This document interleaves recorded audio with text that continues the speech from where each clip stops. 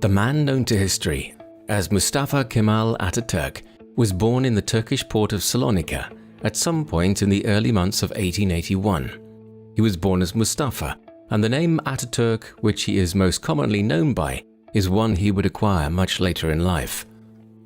His father was Ali Rıza, a lieutenant in a local militia who had served during the Russo-Turkish War of 1877 to 1878 as an officer, a role which indicates that he was part of the minor Ottoman nobility.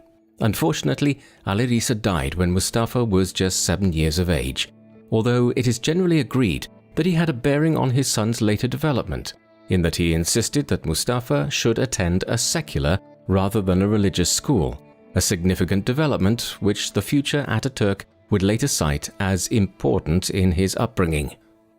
Mustafa's mother was Zübeyde Hanım, who came from a farming community near Thessaloniki.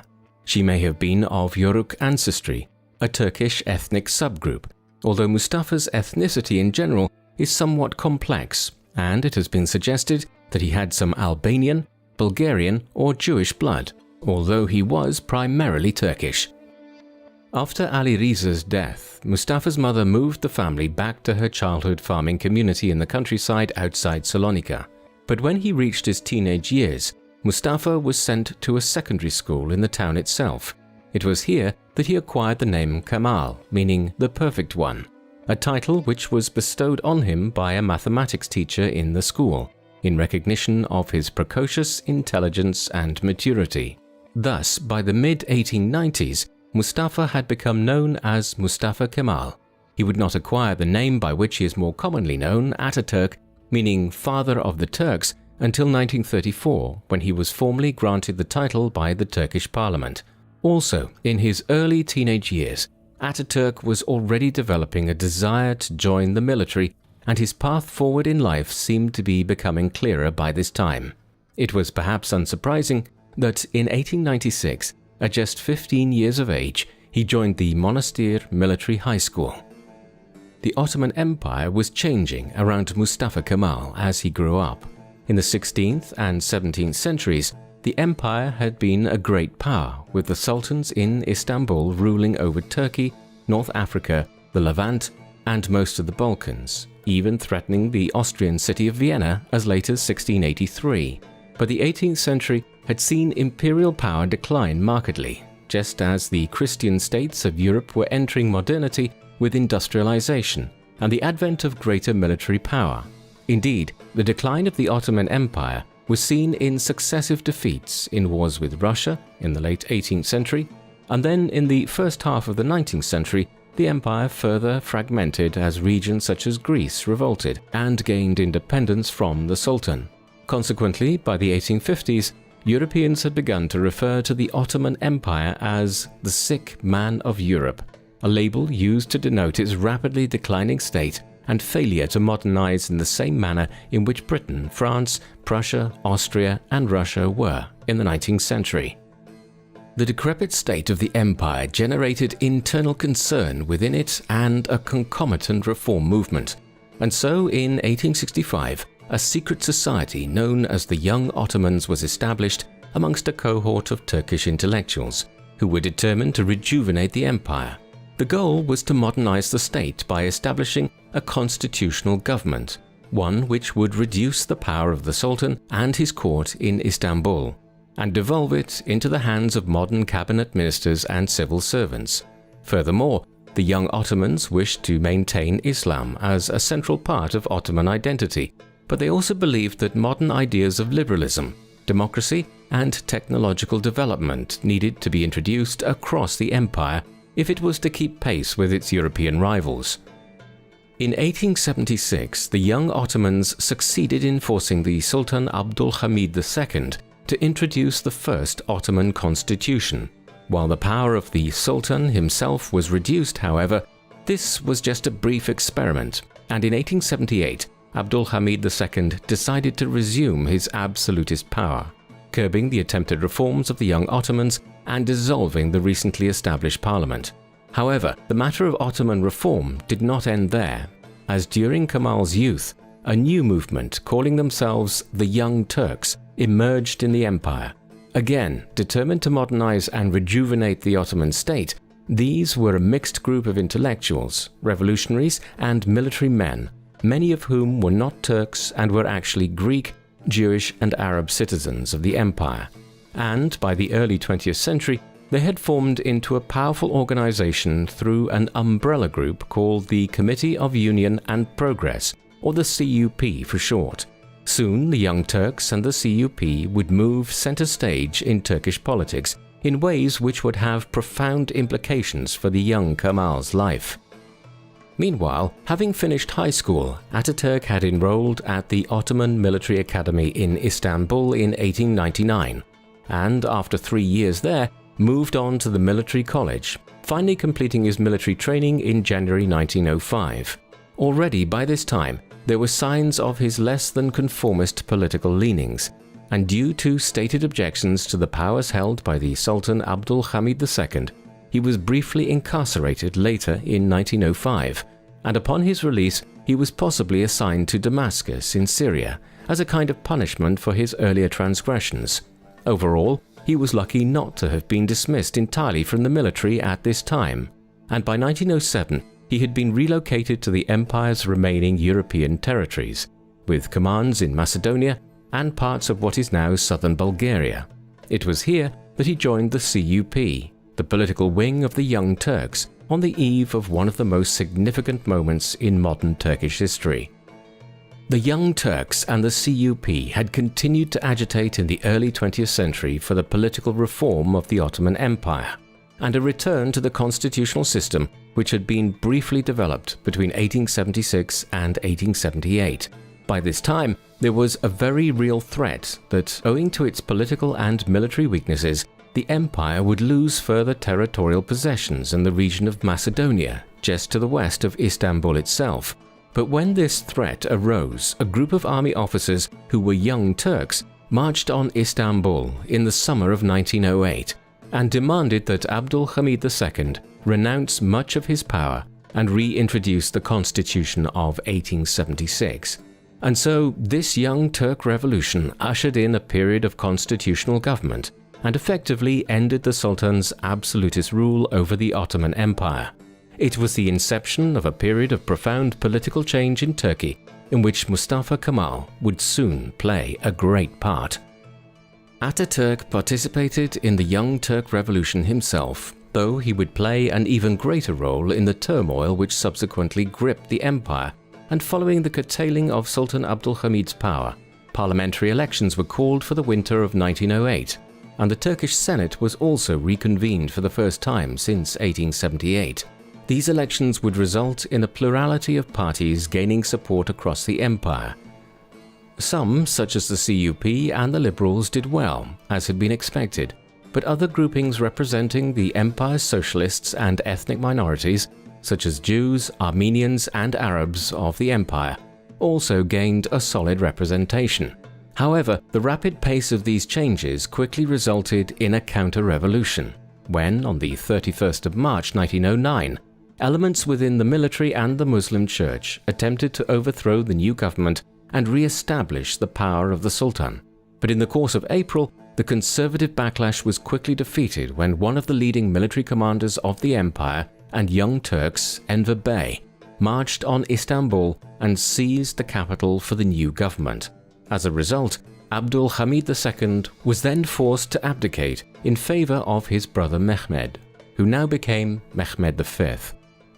In the aftermath of the failed coup, Ataturk's career began to run in two opposing directions, as in the months that followed, he was responsible for translating a series of German infantry training manuals into Turkish and pushed for the reform of the Ottoman military, so that it might be better able to enter combat with its European neighbors. As a result of these efforts, the young Ataturk, who was not yet 30, began to acquire a considerable reputation amongst some of the officer class of the Turkish military. But conversely, he had also engendered the hostility of the CUP leadership, particularly Enver Bey, subsequently in the course of 1909 and 1910, owing to his contention, which he was not slow to vocalize, that the militant wing of the CUP should not play an active role in Turkish politics going forward. he was transferred overseas to observe the French army in northern France. The outbreak of the first of a series of wars which the Ottoman Empire would fight during the early 1910s initiated Kemal's rehabilitation, starting in September 1911 when the Kingdom of Italy took advantage of a rebellion in the Turkish province of Yemen to invade Libya, at that time the westernmost province of the Ottoman Empire in North Africa. In the year-long war which followed, Ataturk excelled in combat for the first time, leading the Turkish forces which managed to repel an Italian attack on Tobruk in late December 1911. But just weeks later, he would suffer a debilitating injury when a splinter of limestone pierced his eye during an Italian bombing raid at the Battle of Derna in mid-January 1912. The wound would never fully heal, and the tissue damage would leave his sight permanently impaired in his left eye for the remainder of his life.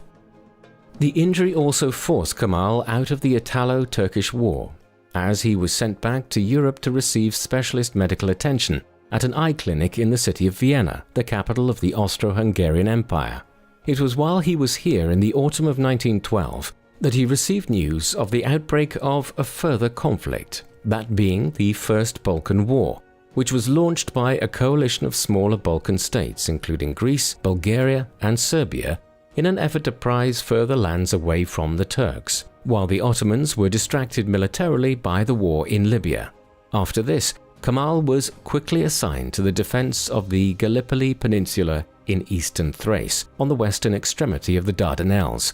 But neither he nor any other Turkish commander was in a position to make a positive impact on the course of the conflict, having been completely overwhelmed by the superior numbers of the Balkan allies, and eventually, by the end of 1912, the vast majority of the Ottoman Empire's European territories, other than Istanbul itself and its hinterland, had been conquered. The empire's fortunes were now at an unprecedentedly low ebb. Already in October 1912, upon the outbreak of the war in the Balkans, the government in Istanbul had finalized the Treaty of Lausanne with Italy, whereby it surrendered Libya to the Italians, effectively ending the Ottoman presence in North Africa. And so, in May 1913, at the conclusion of the First Balkan War, the Ottoman Empire had to recognize the loss of over 80% of its remaining territory in the Balkans, and only Istanbul and a small enclave around it in Thrace remained in Turkish hands. The rest was divided amongst Greece, Bulgaria and Serbia. However, some pride was restored just a few weeks later when Bulgaria, unhappy with the division of territories following the conflict, went to war with its former allies in Greece and Serbia in the resulting Second Balkan War, which lasted just 6 weeks. Consequently, the Turkish state was able to reacquire some of its recently lost territory. Most important in this respect was the recapture of the city of Edirne, or Adrianople, a symbolic center in the Ottoman Empire, which had served as its capital in the century prior to the final conquest of the Byzantine Empire, as well as the capture of Istanbul in 1453. Ataturk himself had been involved in the seizure of Adrianople in the late summer of 1913, and his military reputation was soaring as a result. The Balkan Wars of 1912 and 1913 had major internal ramifications within the Ottoman Empire, as discussed at the catastrophic loss of territory in the opening weeks of the First War drove military elements within the CUP, led by Enver Bey, Mehmed Talat, and Kemal Pasha, to launch a coup d'etat on the 23rd of January 1913 when the central palaces of Istanbul were seized. The Minister of War, Nazim Pasha, was killed, and the Grand Vizier, Kamil Pasha, was forced to resign. Following this, the Sultan Mehmed V now became a mere puppet, and power for the next several years in the Ottoman Empire would rest in the hands of the CUP, and in particular the triumvirate of Enver Bey, Mehmed Talat and Kemal Pasha. This triumvirate would soon be tasked with directing the empire through its greatest crisis yet, an emergency which would see Ataturk begin his rise to power. For over 30 years, two major political problems had been brewing in Europe. One concerned the division of the continent into two antagonistic military camps. On one side was the Triple Entente of Britain, France and Russia, and on the other, the Triple Alliance of Germany, the Austro-Hungarian Empire, and Italy.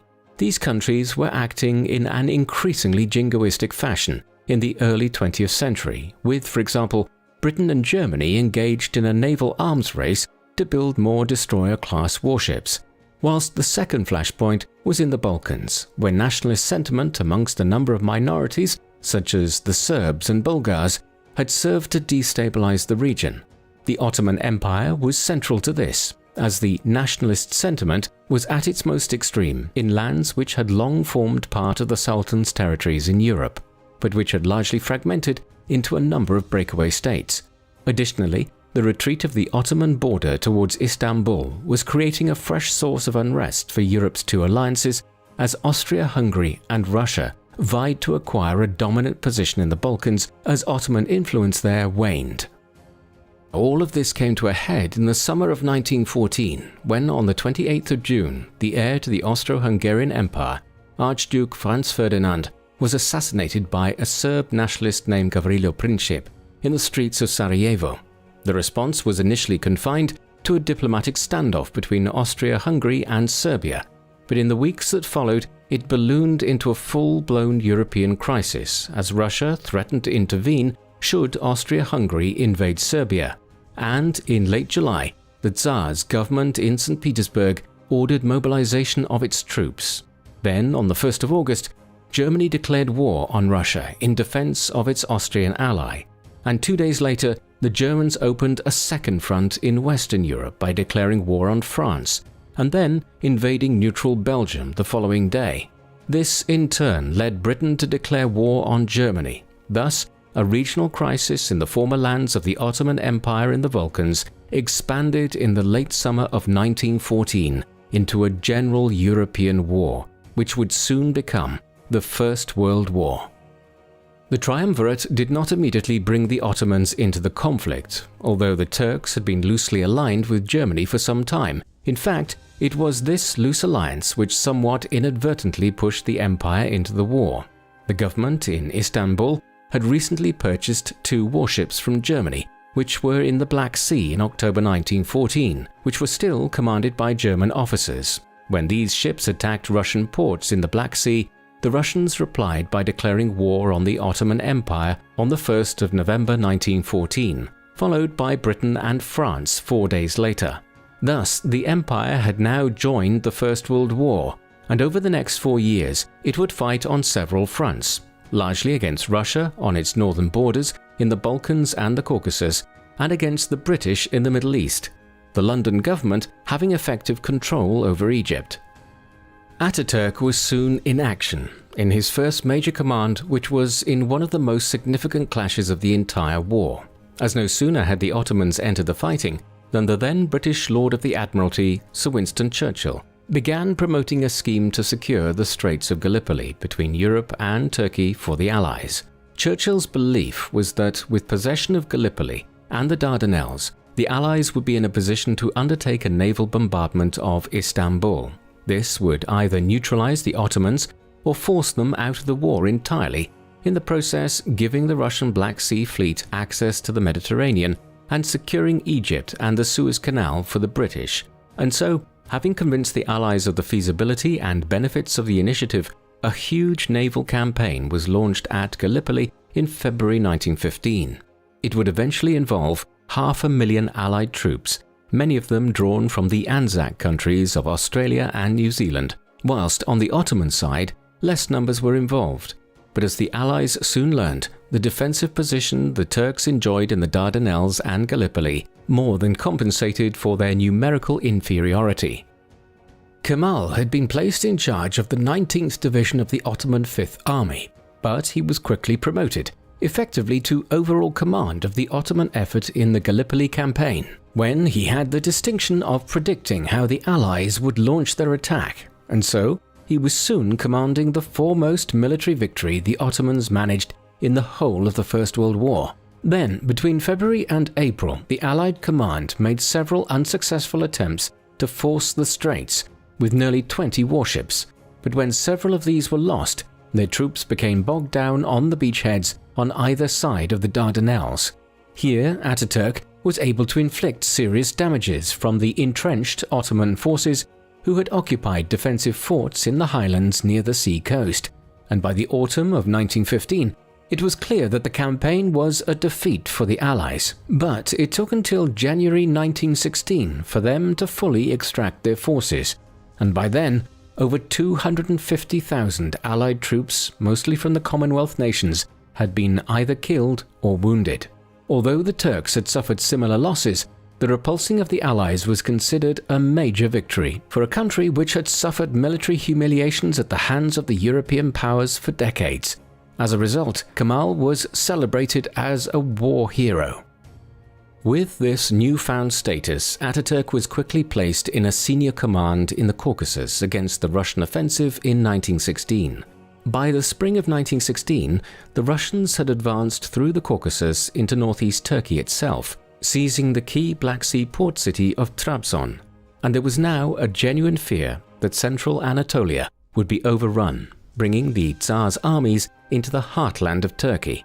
And so Kemal was appointed to command the defense of this region in the summer of 1916 and launched a counter-offensive which succeeded in recapturing the town of Bitlis in eastern Turkey in August. Thereafter, the fighting stalled as a bitterly cold winter began to set in and the two sides could not gain a further strategic advantage.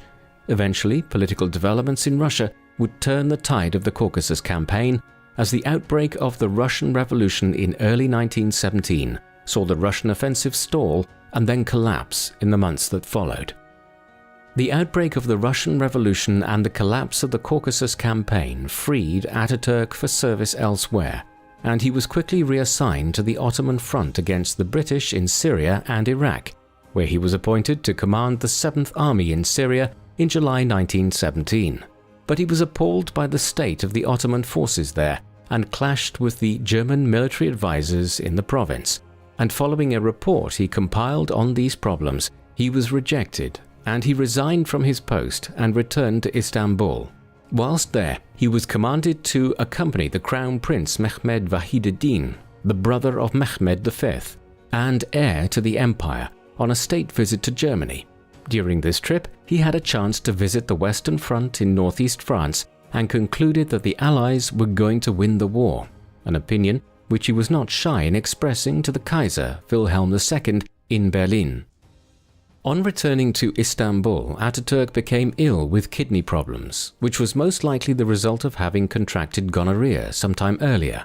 The condition would cause him serious physical problems for the remainder of his life, and in later years he had a personal physician in constant readiness nearby, should his services be needed. As a result of the illness in early 1918, he travelled to Vienna for treatment and then to the spa town of Karlsbad in Bohemia, to the west of Prague to recuperate. While there in July 1918, he learned that Mehmed V had died and been succeeded by the Crown Prince as Mehmed VI, and Kemal, who had not seen active duty in nearly a year at this time, was now recalled to the capital by the man he had escorted to Germany the previous year. It was perhaps through the machinations of the Triumvir and the Minister for War, Enver Bey, who were fearful of Ataturk's growing reputation, that Ataturk was assigned to command the collapsing Ottoman forces on the southern front in Syria in August 1918. Upon his arrival there, Kemal found the situation to be far worse than he had experienced the previous year.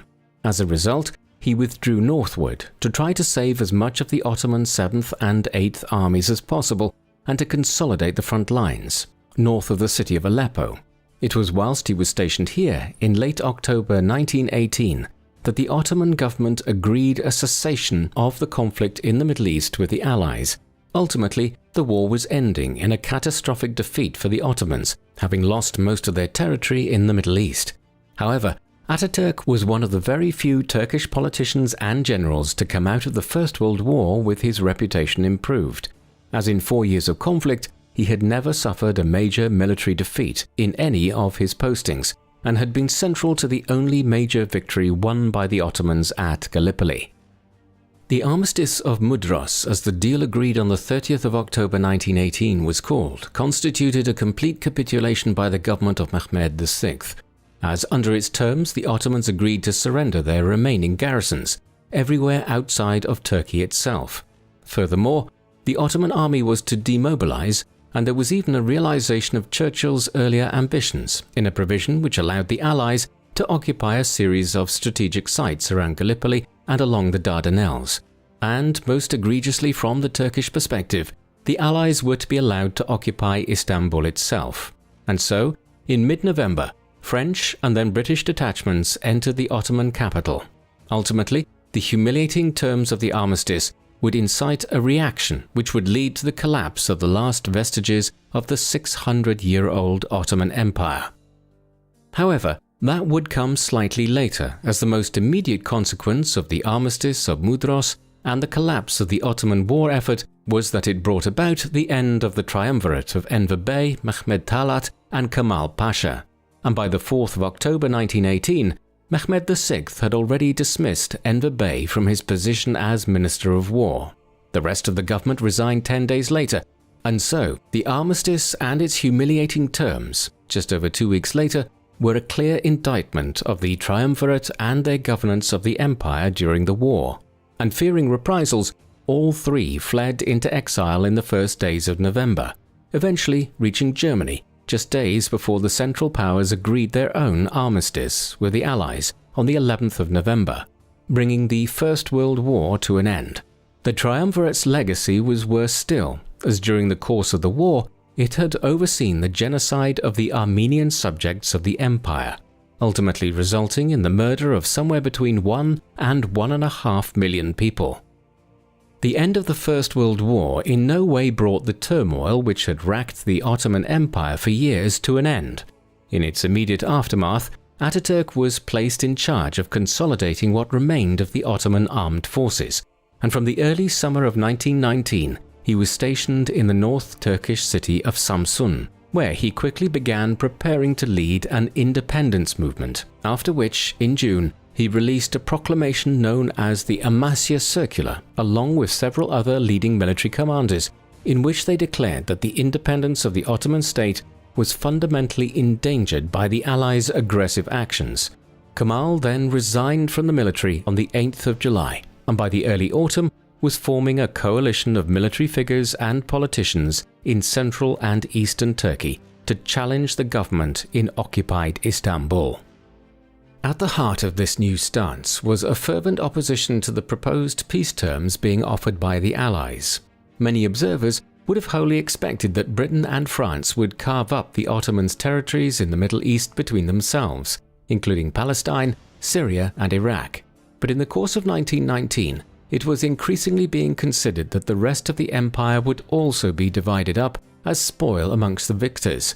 An idea of the extent of this proposed partitioning of the empire can be gained from looking at the Treaty of Sèvres, which was initially offered to the Ottomans in 1920.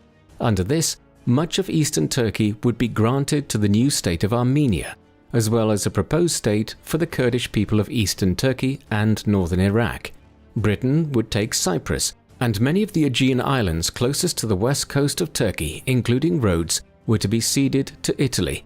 Yet the most inflammatory proposal was for Greece to acquire nearly all of the empire's remaining European lands, other than Istanbul, plus a narrow strip of land around it, along with a sizable enclave on the mainland of western Turkey around Smyrna.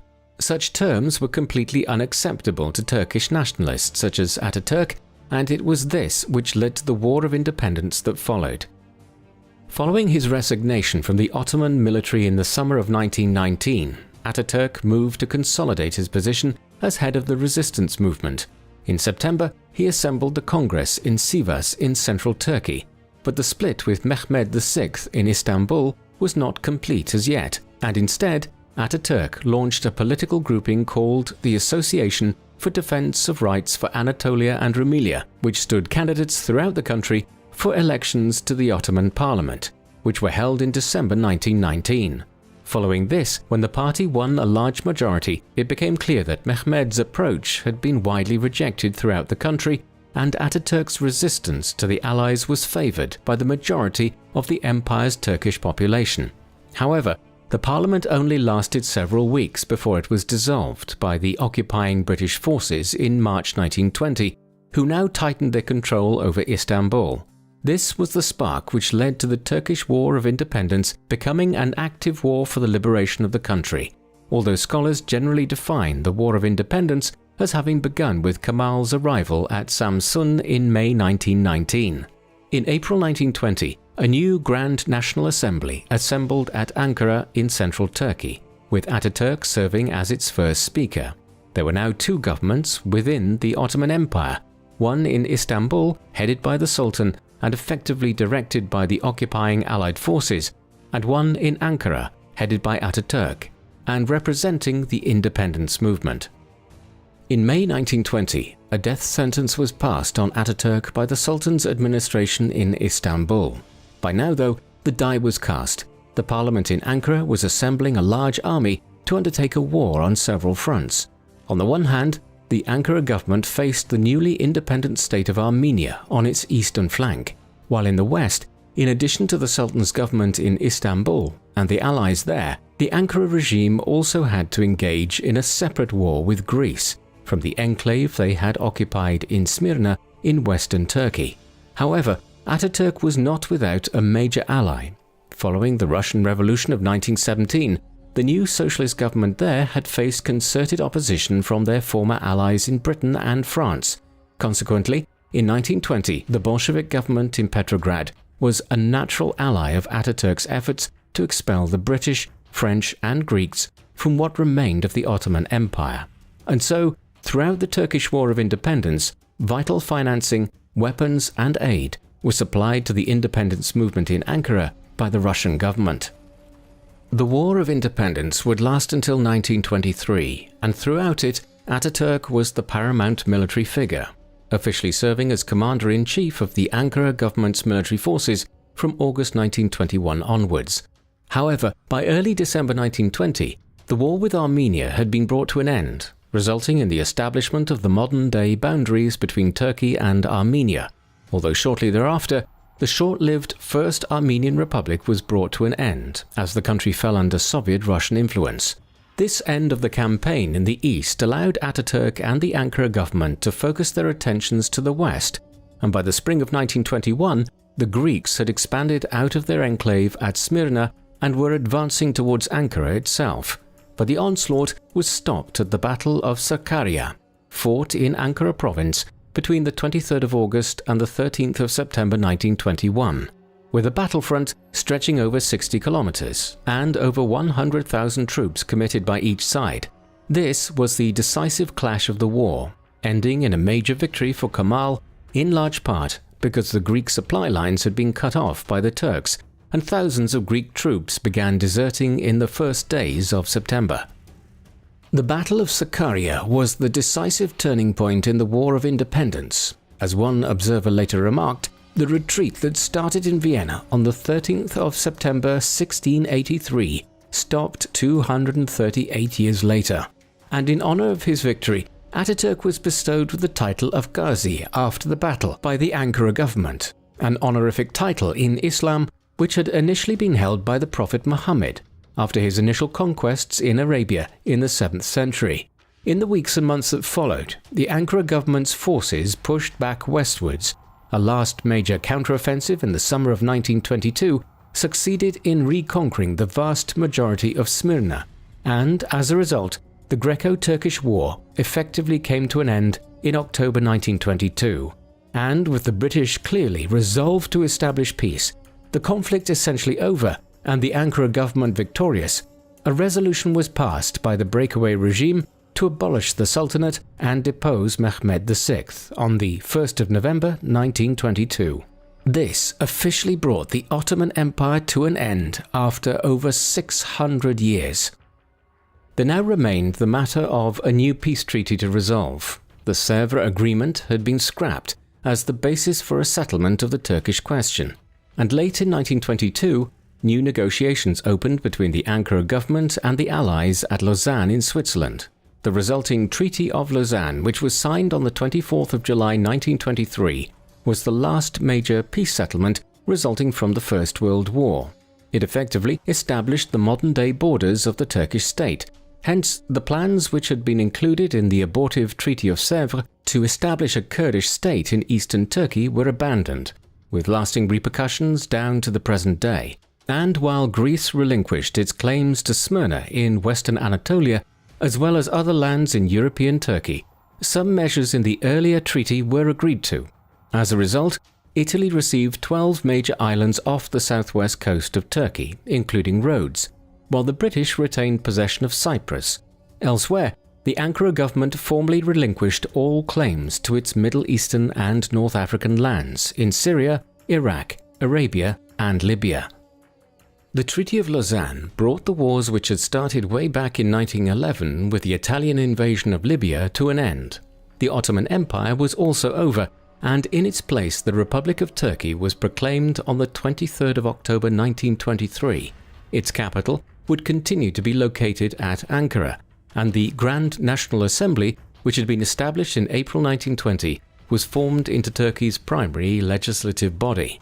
Similarly, the Association for Defense of Rights for Anatolia and Rumelia, which Ataturk had set up at the outset of the War of Independence in 1919, was renamed as the People's Party. Later to become the Republican People's Party, it would govern the new republic largely as a one-party state until the aftermath of the Second World War.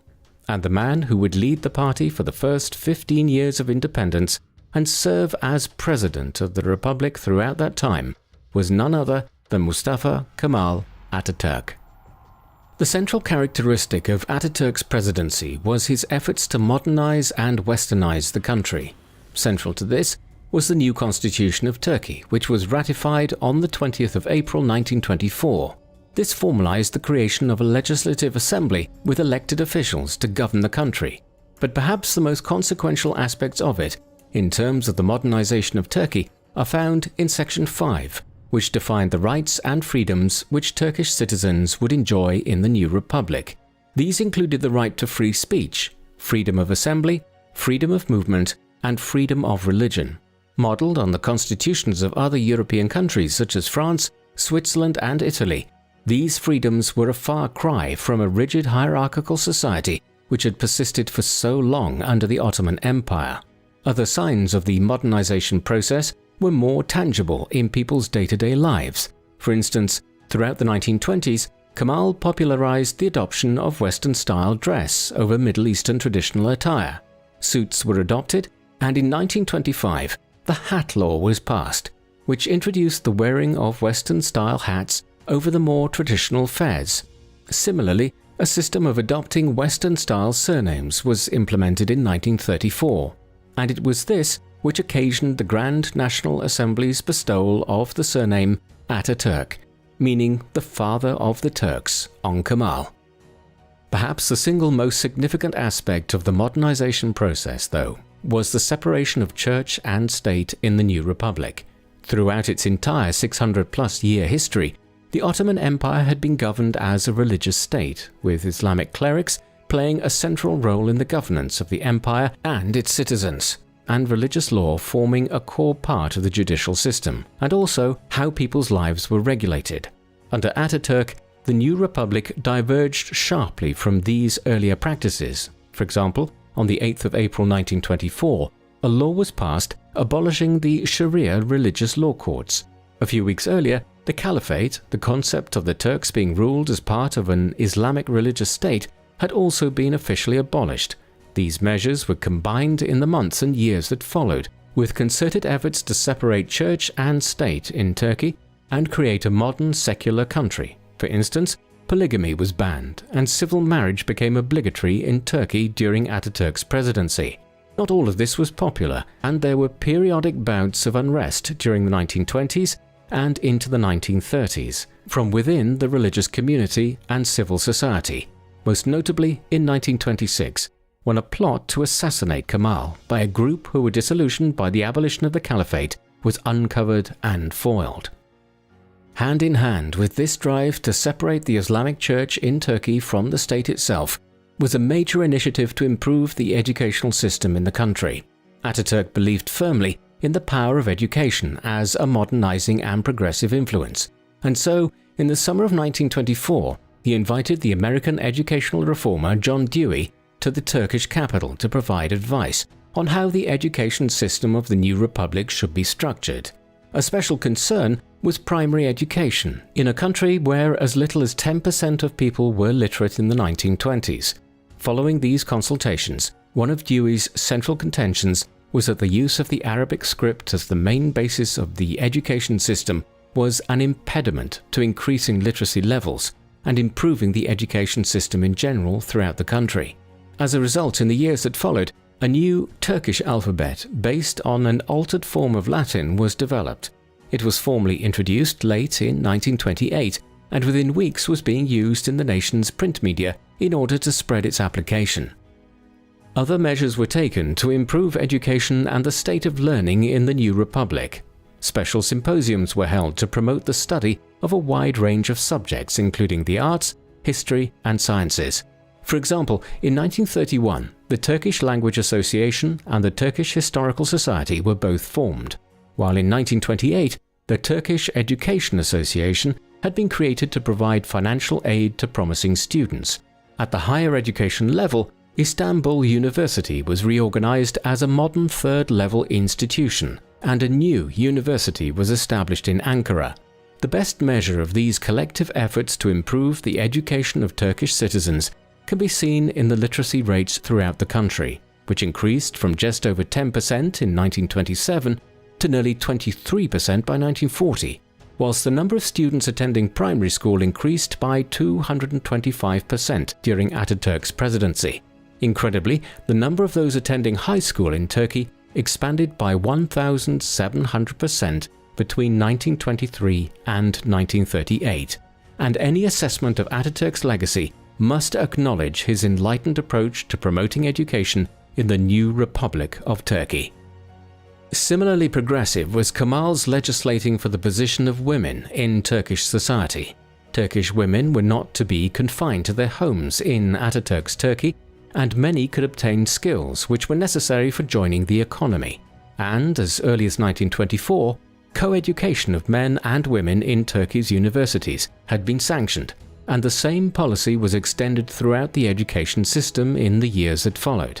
On the political front, in December 1934, the country granted full political rights to women. A memo of the time, which had been sanctioned by Ataturk, bluntly stating, quote, "There is no logical explanation for the political disenfranchisement of women." As a result, in the 1935 general elections, more female MPs were returned to the Turkish parliament than sat in the parliaments of countries such as Britain and the United States at the time. Most conspicuously, there was no onus on women in the new Turkey to wear a veil or head covering of any kind. However, although any specific strictures around women's dress were avoided in the legislation of the time, the basic principle which the regime followed was that women should be free to choose what they wore themselves. Part of this progressive approach was perhaps due to Ataturk's own personal affairs. He was in several significant relationships throughout his life, but only married once to Latife Uşatlıgil, a liberal progressive woman who had been educated in Paris and London, and whom Kemal had met in Smyrna after the recapture of the region from the Greeks in late 1922. They were married early the following year, and part of his attitudes towards women's rights in Turkey might well have been shaped by her outlook. Yet it was not to be a long union, and they divorced in 1925. However, Ataturk's attitudes to Turkish women were not solely shaped by Latife, as throughout his life and relationships, Kemal adopted upwards of a dozen children, and his adoptive daughters would have provided a clear picture to him of where Turkish women wanted to be in the future. Beyond the modernization of the country, with all its attendant stresses on the separation of church and state, the fostering of the education system, and the liberalization of women's rights, there was also a country to be run, which had practical economic requirements. In 1923, the country's economy and infrastructure was massively underdeveloped, and so to begin improving this, Ataturk implemented an extensive program of road and railway construction. In line with the times and developments in other countries, a policy of nationalization was adopted, especially with regard to the tobacco and cotton industries, Turkey's two largest export commodities. 5-year economic development plans were also initiated, and there was an effort to decentralize the economy from its base in Istanbul. Furthermore, in 1924, the first Turkish bank, named İş Bankası, was set up, and 7 years later in 1931, the Turkish Central Bank was formed. As elsewhere globally, the Wall Street crash of 1929 and the Great Depression which followed it caused considerable economic hardship in Turkey, but by the closing years of Ataturk's time as president, some considerable signs of economic progress were evident. Thousands of miles of new road and railway lines had been laid down. New cotton, steel, sugar and textile factories had been opened, and the country had a small but emerging airline and automobile industry. On the foreign policy front, Ataturk's tenure of the presidential office saw the new republic steer a peaceful approach towards its neighbors. A central plank of its diplomatic alignments was a continuation of the friendly relations which had been established with Soviet Russia in 1920, and throughout the remainder of that decade and into the 1930s, more complex were the efforts to mend relations with the many countries with which the Ottoman Empire had been at war in the 1910s. Britain was a particularly thorny issue, as the mid-1920s witnessed an ongoing dispute over where the border should lie between the southeast of Turkey and the new British protectorate in Mesopotamia, or modern-day Iraq. In contention was the possession of the region around Mosul, in the far north of the country, a district which the British claimed, but which the Turks argued had been occupied by the Allies after the establishment of the armistice with the Ottoman Empire in October 1918. The heart of the matter here was that there were almost certainly oil fields in Mosul, but despite the best efforts to acquire these by the Turkish Republic, when the matter was sent to the League of Nations to be adjudicated on, that body, a forerunner of the United Nations, ruled in favor of British claims. Despite this, in the course of the 1930s, Turkey formed increasingly friendly relations with Britain, exemplified in the granting of loans from London to the government in Ankara, in order to develop the Turkish economy. Perhaps the most surprising aspect of Ataturk's foreign policy was the state of affairs in the Balkans.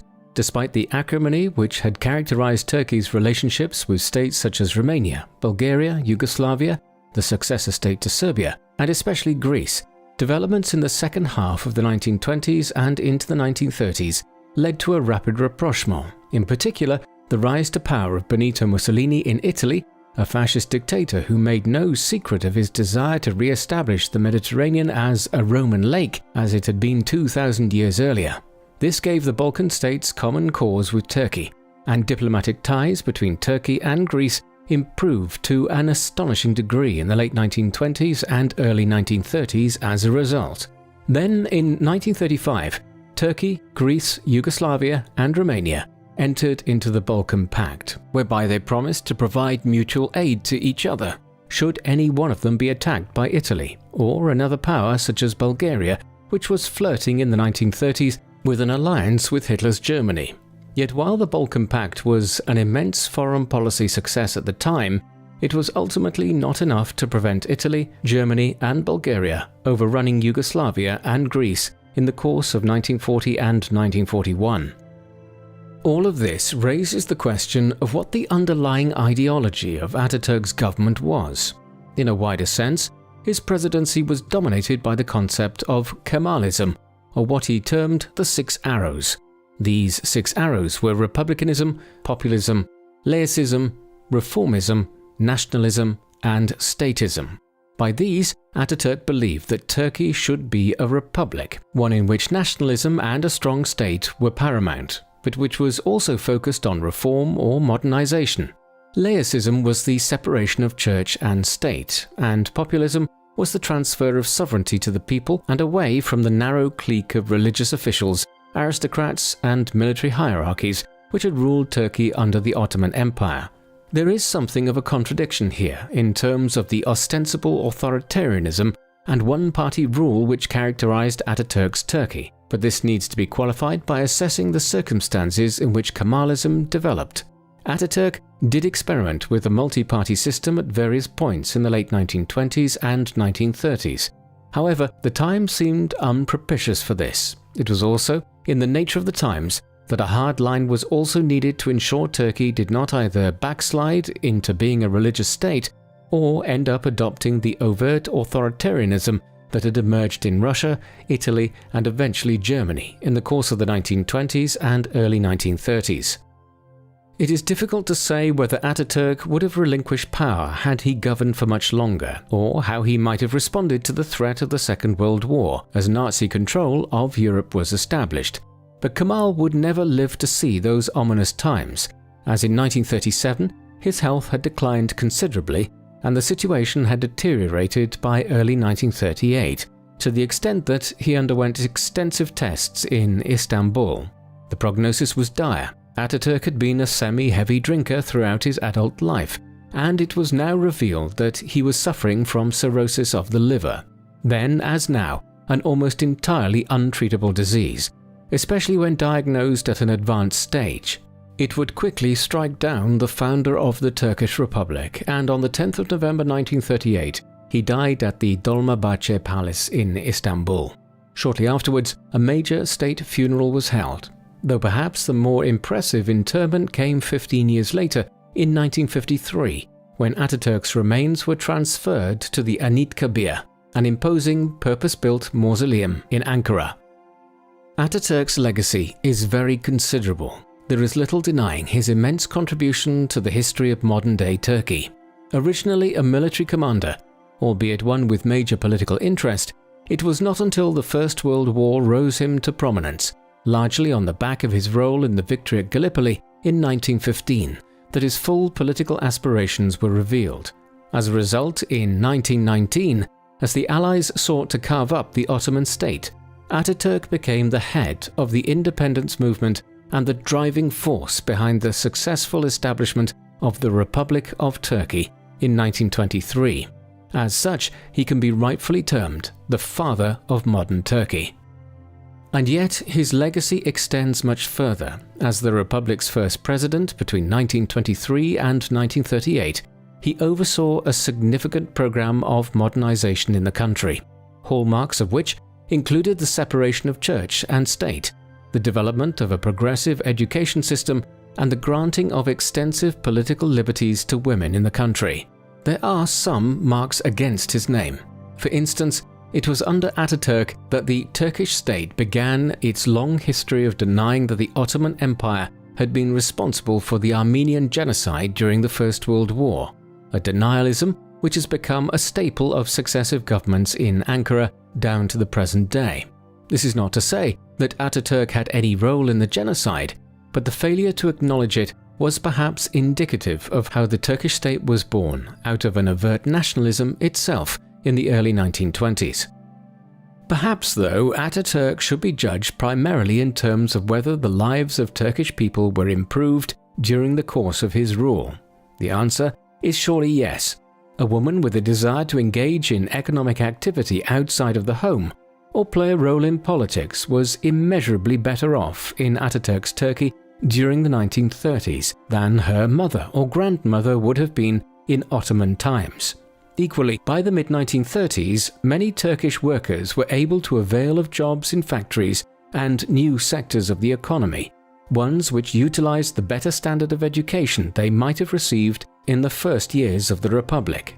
50 years earlier, their near relatives might have only aspired to a subsistence life as a farmer or cash crop producer, probably being illiterate for most of their lives and hampered in terms of any upward social mobility. Ataturk's primary legacy is that he laid down the roots of modernization, which allowed for that shift in opportunity between the early 20th century and the mid-20th century, as the Ottoman Empire ended and the Republic of Turkey emerged.